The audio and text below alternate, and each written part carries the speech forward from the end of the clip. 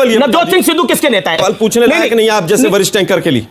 मोदी जी सूरज लेके आए, मोदी जी चांद लेके आए, मोदी जी ने हिमालय बनाया। जो कुछ हुआ 14 के बाद खत्म गया। ये तो लेने के देने पड़ गए। उड़ेगा भैया। बिना न्योता लपके बिरयानी और सिवई खाने गए हमारे देश के प्रधानमंत्री लाहौर। क्यों गए? पहले ही बॉल में 6। बीजेपी जैसी इतनी बड़ी पार्टी से कैसे लड़ेगी कांग्रेस? आप जब इतनी बड़ी कहती हैं तो इतनी पे इतना जोर क्यों देते हैं? कितनी बड़ी है? 1231 विधायक उनके हैं, 700 कुछ विधायक हमारे हैं। इतनी भी बड़ी नहीं है ना। शाबाश बेटा। 303 सांसदों वाली पार्टी है। एक दिन ये 2 थे, हाँ। आज यहाँ पहुंचे हैं, फिर 2 पे पहुंच जाएंगे।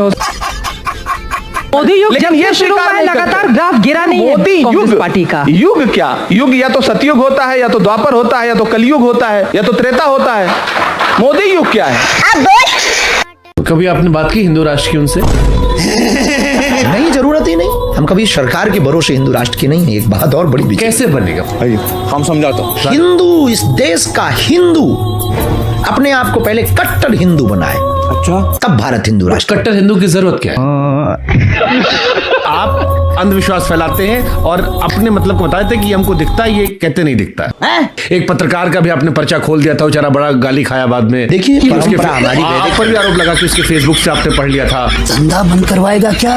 फिर आपने स्टेटमेंट एक दे दिया था कि जो कुंभ नहीं आएगा वो देशद्रोही है। वो देशद्रोही है। नहीं, पापी नहीं, हमने देशद्रोही कहा था। आपने जब ये कह दिया कि जो नहीं आएगा वो देशद्रोही है, तब लोग कह रहे हैं, मान लीजिए कोई जाने से कोई आदमी सियाचिन में नौकरी कर रहा हो या बॉर्डर पे हो, या मेरे सब पत्रकार जो दिल्ली इलेक्शन कवर कर रहा था, अब आपने हम लोग को देशद्रोही बना दिया। क्या बोलूं मैं इस पे? हमारे यहाँ ऐसा ही होता है।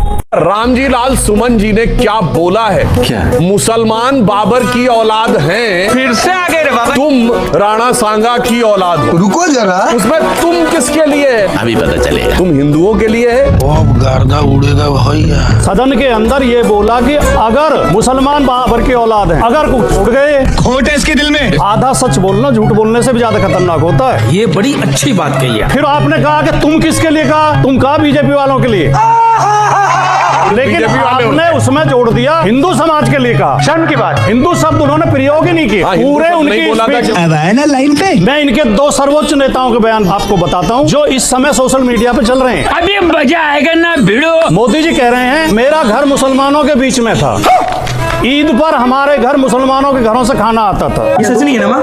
ये सच नहीं है। योगी जी कह रहे हैं 100 मुसलमानों के बीच में भी अगर 50 हिंदू रहते हो तो वो सुरक्षित नहीं है। बहुत है, कंफ्यूजन है। अब मुझे सुधांशु भाई ये बता दें, मोदी जी का बयान सही है या योगी जी सही कह रहे हैं? ये फंस गया सीएम। जब मोदी जी बच्चे थे तब तक मुसलमानों को इतना सर पे नहीं चढ़ाया था। ओहो, कोई सेंसेस बात? क्योंकि तब ये देश सेकुलर नहीं था। कुछ भी यहाँ पे एक बात भूल गए, जब देश आजाद भी नहीं था। आजादी 2014 में मिली है, तब हिमालय में बर्फ भी नहीं पड़ती थी, हिंद महासागर में पानी भी नहीं था, और हवा तो चलती ही नहीं थी, धूप भी नहीं निकलती थी।